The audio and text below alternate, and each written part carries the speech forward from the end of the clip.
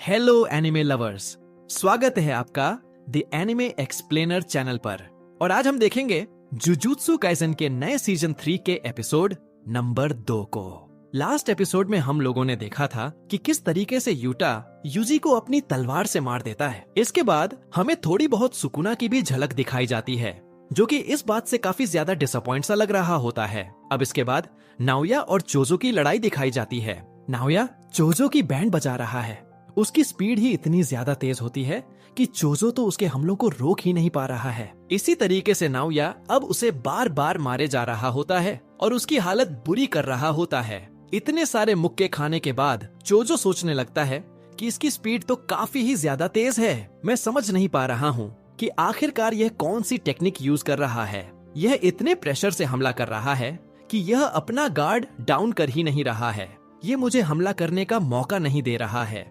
मेरी बॉडी के बाहर का जो ब्लड मैनिपुलेशन है वह तक काम नहीं कर रहा है। नाओया अब काफी जोर से उसे मुक्का मारकर पिलर तोड़कर पीछे गिरा देता है, पर इतनी ज्यादा बुरी हालत होने के बाद भी चोजो फिर से खड़ा हो जाता है। यह देखकर नाओया उसे कहता है, तुम काफी कठोर हो, आखिर तुम हो कौन? तो वह कहता है, मैं भाई हूँ 10 भाइयों का। नाओया कहता है, मैं यह नहीं पूछ रहा हूँ, मैं तुम्हारी टेक्निक और तुम्हारी इतनी खतरनाक टफनेस के बारे में पूछ रहा हूँ। ऐसा बोलने के बाद अब नाओया इतनी तेजी से दौड़ता है कि वह चोजो के सामने से गायब ही हो जाता है। पर अब जैसे ही वह हमला करने वाला होता है, चोजो को पता चल जाता है और वह भी उसे मारने वाला होता है। पर नाओया उसे रोककर मुक्का मारता है। वह भी यह देखकर काफी हैरान होता है कि चोजो को पता चल गया कि वह कहां से हमला करने वाला है।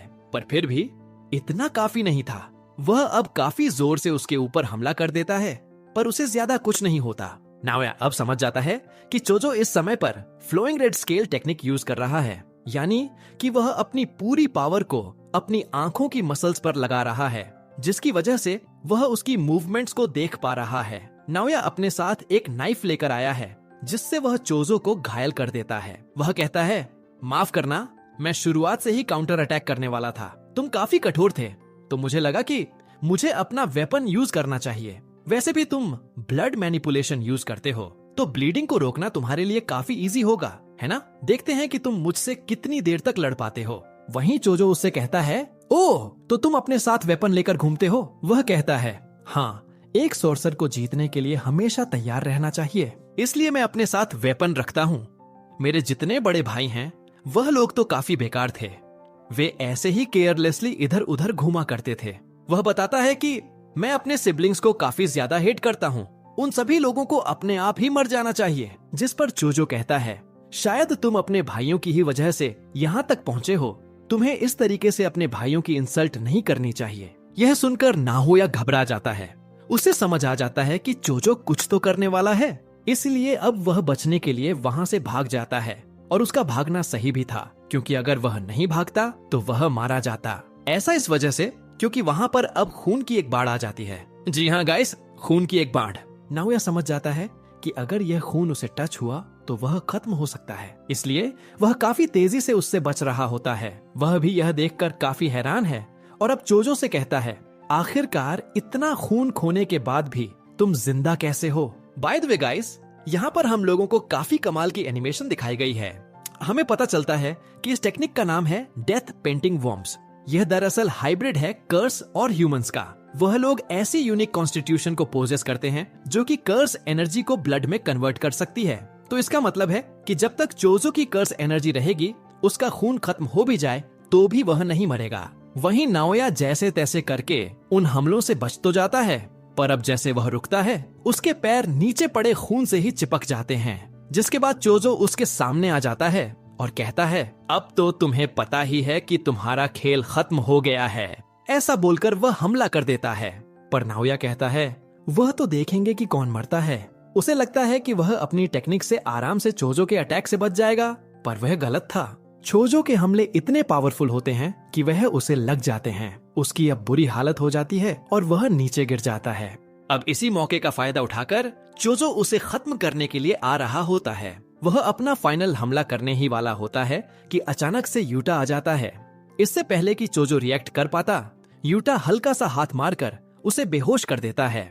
वहीं हम देखते हैं कि यूटा अपने साथ यूजी को भी घसीट कर लेकर आ रहा है। वह नाओया की बुरी हालत देखकर कहता है, लगता है कि तुम्हारे साथ काफी बुरा हुआ।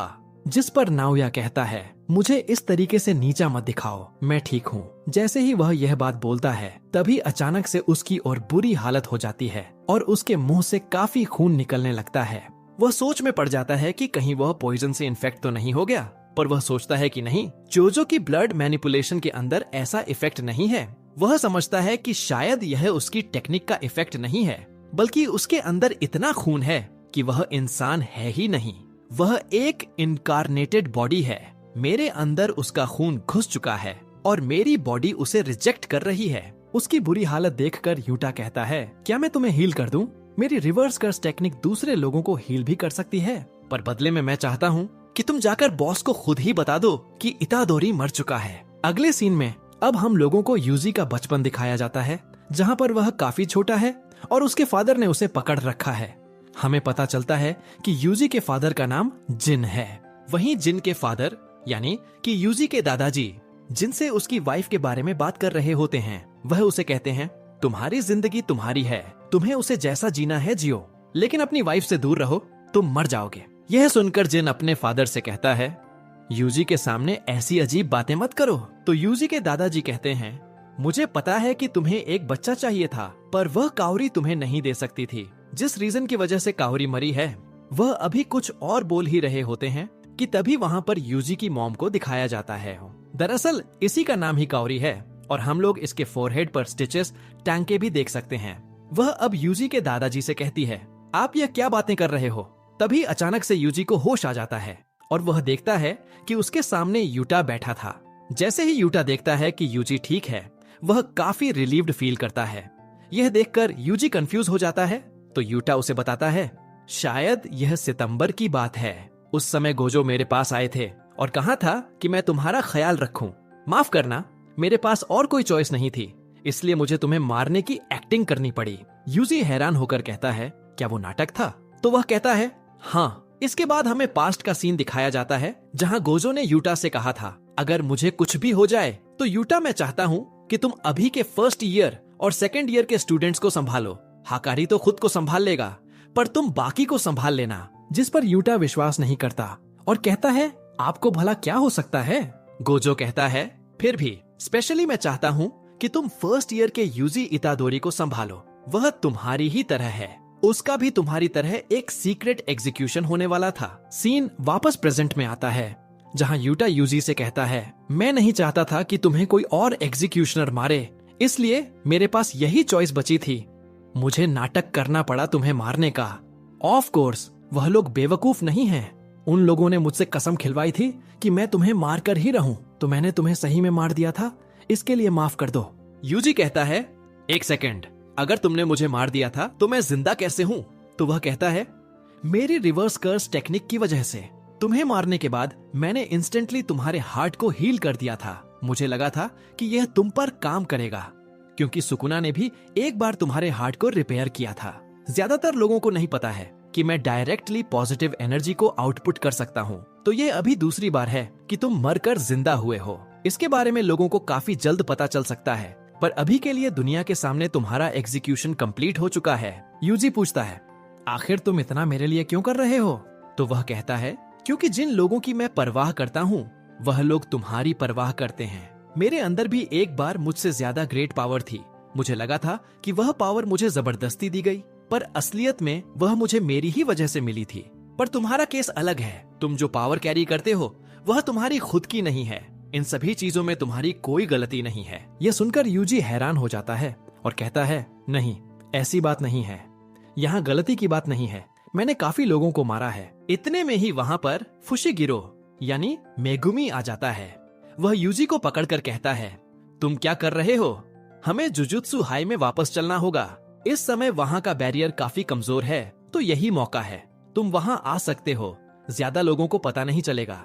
हमें चलकर बाकी के लोगों के साथ ग्रुप बनाना चाहिए। यूजी उसे रोकता है और कहता है, मुझे नहीं जाना। ऐसा एक्ट मत करो कि मैंने कुछ भी नहीं किया। मेरी वजह से काफी सारे लोग मरे हैं। तो मेगुमी कहता है, यह तुम्हारी नहीं, हमारी गलती है।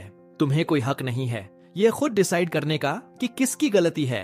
हम लोग कोई हीरोज नहीं हैं, हम जुजुत्सु सोर्सर हैं। हमें जज करने वाला कोई नहीं है। इसी वजह से हमें प्रूव करते रहना पड़ेगा कि हम एग्जिस्ट करना डिजर्व करते हैं। हमारे पास समय नहीं है कि हम यहाँ बैठकर अपने बारे में चिंता करें। हमें आगे बढ़ के लोगों की मदद करनी चाहिए। शुरुआत के लिए तुम्हें सबसे पहले मुझे बचाना होगा। मेगुमी आगे बताता है, नोरिटोशी कामो की वजह से क्लिंग गेम शुरू हुआ है, जो सोर्सर को एक दूसरे को मारने के लिए फोर्स कर रहा है। मेरी बहन सुमिकी भी इसी गेम के अंदर ड्रैग हो गई है। प्लीज इतादोरी, हमारी मदद करो। कलिंग गेम के 8 रूल्स। अवेकनिंग, एक प्लेयर को 19 दिनों के अंदर एक बैरियर में एंटर करके रजिस्टर करना होगा। अगर कोई पहला रूल फॉलो नहीं कर पाया तो वह मारा जाएगा। अगर कोई नॉन प्लेयर बैरियर के अंदर जाता है तो वह इमीडिएटली प्लेयर बन जाएगा। प्लेयर्स को पॉइंट्स के लिए दूसरे प्लेयर्स को मारना होगा। सोर्सर की वैल्यू 5 पॉइंट और नॉन सोर्सर की 8 पॉइंट होगी। 100 पॉइंट्स का यूज करके प्लेयर एक नया रूल ऐड करने के लिए नेगोशिएट कर सकता है। गेम मास्टर को प्रपोज किया हुआ रूल एक्सेप्ट करना होगा, शर्तों के अधीन। अगर 19 दिन तक प्लेयर के पॉइंट्स नहीं बदले तो वह मारा जाएगा। मेगुमी की बात सुनकर यूजी यूटा से कहता है, सुकुना मेगुमी का यूज करके कुछ प्लानिंग कर रहा है। शिबुया में उसने मुझ पर जबरदस्ती कंट्रोल पा लिया था, क्योंकि उन लोगों ने मुझे एक साथ कई फिंगर्स खिला दी थीं।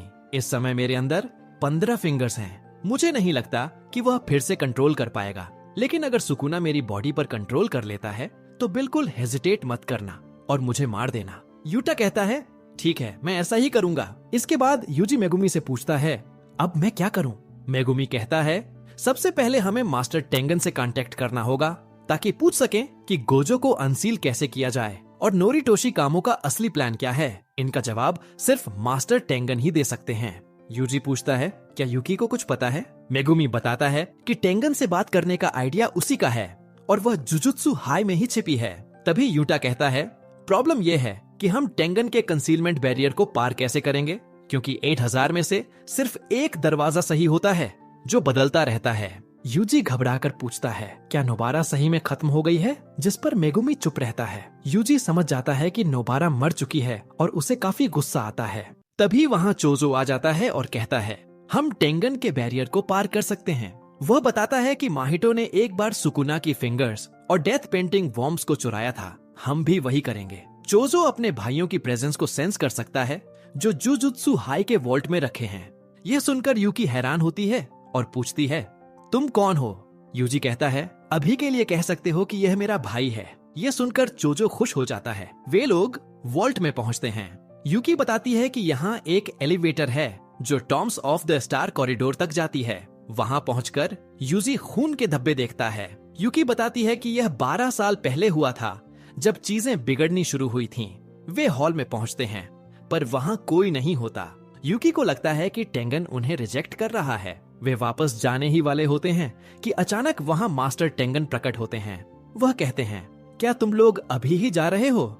जेनिन क्लैन के बच्चे, चोजो और सुकुना के वसल, तुम सभी से मिलकर अच्छा लगा। और इसी के साथ एपिसोड खत्म हो जाता है। अगर वीडियो अच्छा लगा हो तो लाइक और शेयर जरूर करें। और अगर आप द एनिमे एक्सप्लेनर चैनल पर नए हैं तो सब्सक्राइब करके बेल आइकन दबाना मत भूलिए। मैं मिलता हूँ आपसे बहुत जल्द अगले वीडियो के साथ।